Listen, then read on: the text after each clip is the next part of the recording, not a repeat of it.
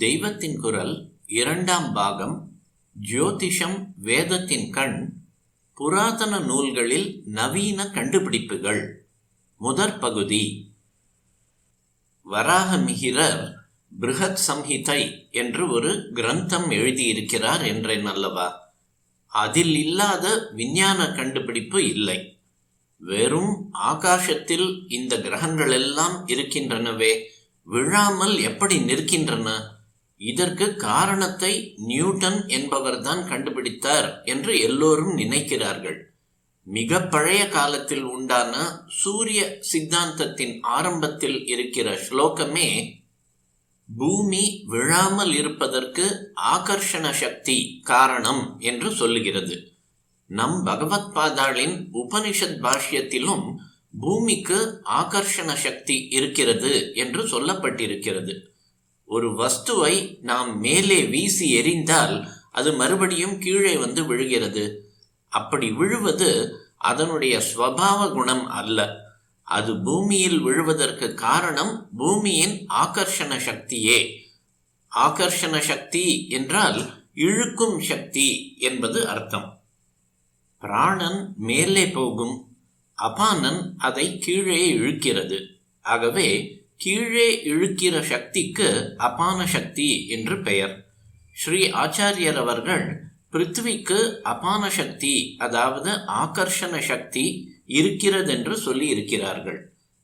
பிரஷ்னோபனிஷத்தில் 3.8 பிருத்திவியின் தேவதையே மனுஷ்ய சரீரத்தில் அபானனை இயக்குகிறது என்று வருகிறது.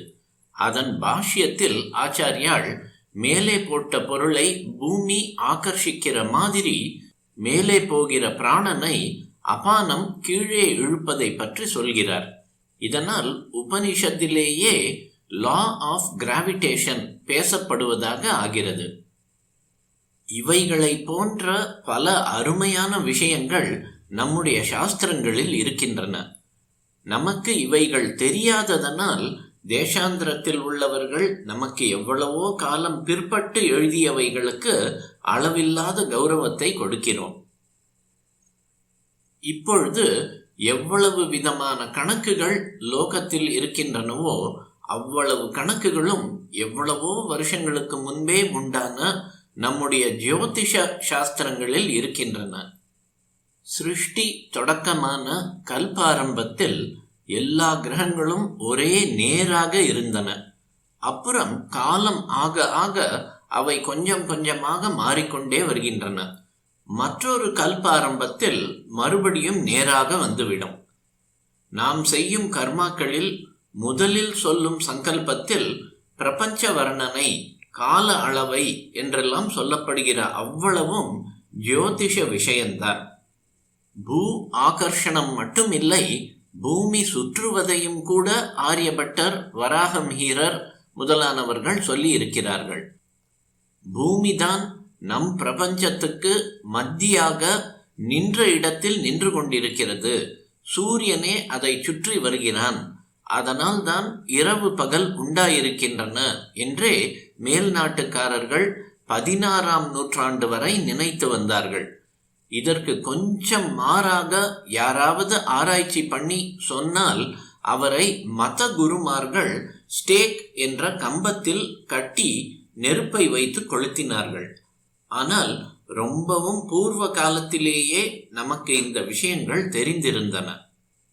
பூமிதான் சூரியனை சுற்றுகிறது, சூரியன் பூமியை சுற்றுவதில்லை என்பதற்கு ஆரியபட்டர் ரொம்ப அழகாக ஒரு பேர் கொடுத்திருக்கிறார். அதற்கு லாகவ கௌரவ நியாயம் என்று பேர். லகு என்றால் லேசானது, சின்னது என்று அர்த்தம். லகுவை குறிப்பது லாகவம். லேசாக லைட்டாக ஒன்றை எடுத்துக்கொண்டு செய்வதைத்தான் கை லாகவம், ஹஸ்த லாகவம் என்கிறோம். லகுவுக்கு ஆப்போசிட் எதிர்ப்பதம் குரு. கனமானது, பெரியது எதுவோ அதுவே குரு. மகாகனம் பொருந்தியவர், கனவான், பெரியவர்கள் எனப்படுகிறவரே குரு. அவர்தான் ஆச்சாரியர். ஆச்சாரியர் குரு என்றால் அப்போது சிஷ்யன்தான் லகு. குருவான ஆச்சாரியரைத்தானே லகுவான சிஷ்யன் பிரதட்சிணம் பண்ணுகிறான், அதாவது சுற்றி சுற்றி வருகிறான். ஆச்சாரியர் சிஷ்ய பிரதட்சிணம் பண்ணுவாரா? மாட்டார். நம் பிரபஞ்சத்தில், சோலார் சிஸ்டத்தில் பெரியது குருவானது சூரியன்தான், லகு பூமி. குருவைத்தான் லகு பிரதட்சிணம் செய்யும் என்பதே லாகவ கௌரவ நியாயம். இதன்படி பூமிதான் சூரியனை சுற்ற வேண்டும். இப்படி பிரபஞ்சத்தை குரு சிஷ்ய கிரமமாக பார்த்து சாஸ்திரமாகவும் சயின்ஸாகவும் ஆரியபட்டர் சொல்லி இருக்கிறார். இப்போது நாம் எந்த மதஸ்தர்கள் விஞ்ஞான சாஸ்திரம் வளர முடியாதபடி விஞ்ஞானிகளை ஹெரட்டிக் என்று சொல்லி கொளுத்தினார்களோ அதே மதஸ்தர்களோடு சேர்ந்து கொண்டு இந்தியாவில் சயின்ஸ் வளராததற்கு காரணம் இந்து மதம்தான். பரலோகம் பரலோகம் என்று சொல்லிக்கொண்டு இந்து மதம் இந்த லோகத்து விஷயங்களை எல்லாம் அலட்சியம் செய்துவிட்டது என்று குற்றம் சொல்கிறோம். வாஸ்தவத்தில் அத்தனை சயின்ஸ்களும் நம் சாஸ்திரங்களிலே இருக்கின்றன. சூரியன் இருந்தபடிதான் இருக்கிறது, பூமிதான் அதை சுற்றி வருகிறது.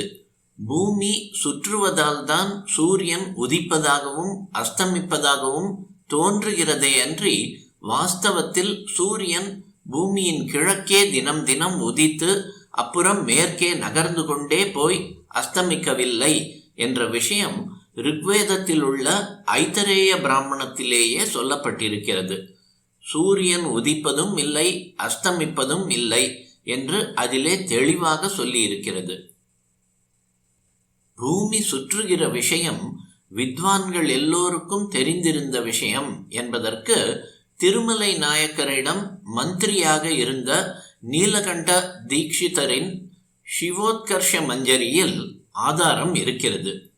பூமிர் பிராமியதி என்றே இதில் கடைசி ஸ்லோகம் ஆரம்பிக்கிறது.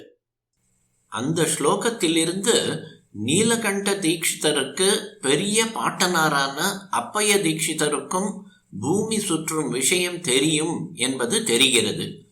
அந்த ஸ்லோகத்தில் என்ன சொல்லி இருக்கிறது? ஈஸ்வரனுக்கு அஷ்டமூர்த்தி என்பது ஒரு பெயர். பூமி, ஜலம், வாயு, அக்னி, ஆகாசம், சூரியன், சந்திரன், யாகம் செய்கிறவனான யஜமானன் ஆகிய இந்த 8ம் ஈஸ்வரனுடைய மூர்த்திகள். இவற்றிலே யஜமானன் ஒருத்தனுக்கு மட்டும் பிரமணம் சுற்றுதல் இல்லை, பாக்கி 7ம் பிரமணம் உடையவையே என்று அப்பைய தீக்ஷிதர் சொல்லி இருக்கிறார். அப்படி அவர் சொல்லி இருக்கிறார் என்பதை அவருடைய தம்பி பேரரான நீலகண்ட தீக்ஷிதர் இந்த ஸ்லோகத்தில் எடுத்து காட்டியிருக்கிறார்.